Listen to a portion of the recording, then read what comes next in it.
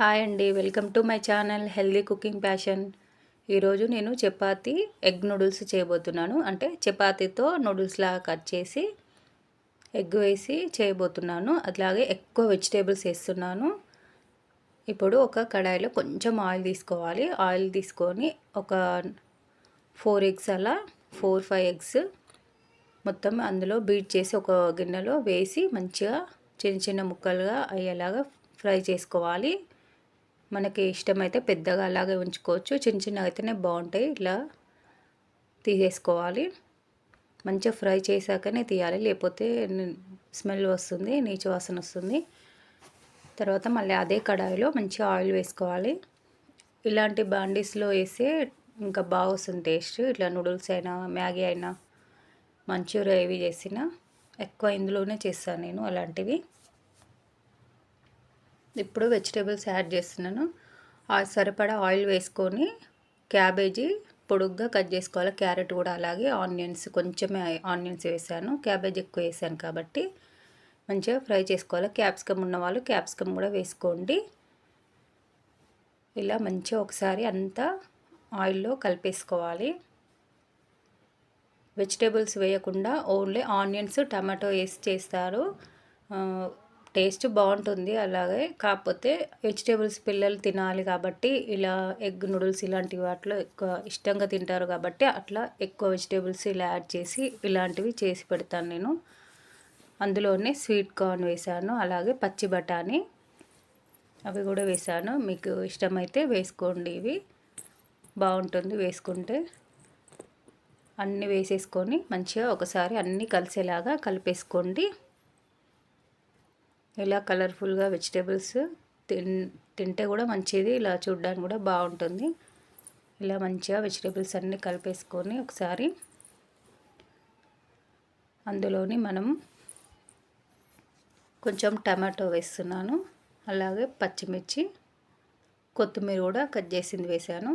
First tomato వేస్తే అవి మంచిగా మగ్గవు, ఆయిల్లో కొంచెం మగ్గాక వెజిటేబుల్స్, తర్వాత టమాటో, చిన్నగా కట్ చేసుకున్న పచ్చిమిర్చి, అలాగే కొత్తిమీర, కొంచెం వెల్లుల్లి సన్నగా కట్ చేసుకున్నవి అన్నీ వేసుకొని ఒకసారి మంచిగా కలిపేసుకోవాలి.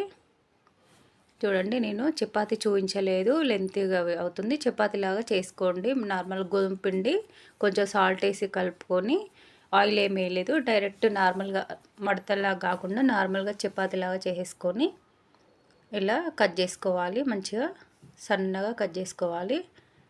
మైదాతో చేస్తారు, హెల్దీ కాదు కాబట్టి నేను గోధుమ పిండితో చేశాను.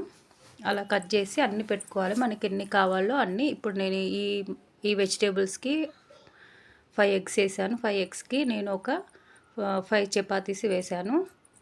కొంచెం ఇప్పుడు అవి మగ్గాక అందులో కారం అలాగే సాల్ట్ వేసాను.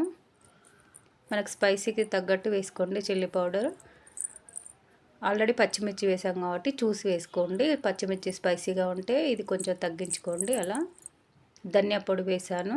వేసి అంతా ఒకసారి మళ్ళీ కలిపేసుకోవాలి మంచిగా. ఇంకా మసాలా అవి ఇవి ఏమి ఎక్కువ అవసరం లేదు, ఇవి సరిపోతుంది. బాగా మగ్గాక మనం ఇప్పుడు చపాతీ వేసుకుందాం. చూడండి, ఇలా అన్నీ కట్ చేసుకున్నాం కదా చపాతీ మంచిగా సన్నగా. ఇప్పుడు అందులో సాస్ వేస్తున్నాను. ఫస్ట్ టమాటో సాస్, ఇది నేను ఇంట్లో ప్రిపేర్ చేసింది. నేను ఆల్రెడీ వీడియో పోస్ట్ చేశాను, చూడండి. ఈ టమాటో సాస్ ఇంట్లో హోమ్ మేడ్ సాస్, మంచిగా బెల్లం వేసి చేశాను. నేను లింక్ కింద పెడతాను, చూడండి. చాలా బాగుంది టమాటో సాస్. 2 months స్టోర్ చేసుకోవచ్చు. నేను నిమ్మరసం వేసి చేశాను. వెనిగర్ వేస్తారు కదా, నేను నిమ్మరసం వేసాను, అలాగే బెల్లం వేసి చేశాను. చాలా బాగుంది హోమ్ మేడ్ సాస్, హెల్దీగా. మీరు కూడా చేసుకోండి చూసి. ఇప్పుడు ఎగ్స్ వేసాను సాస్ తర్వాత చపాతీ సన్నగా కట్ చేసుకున్నవి వేసుకొని ఇంకా మొత్తం మంచిగా కలిపేసుకోవాలి. కొంచెం ఇరుకైపోయింది గిన్నె, కానీ ఇందులో చేయాలని నేను అందులోనే మంచిగా మెల్లిగా కలిపేసాను. ఇప్పుడు సన్నగా మళ్ళీ కొంచెం కొత్తిమీర కట్ చేసి వేసుకోవాలి.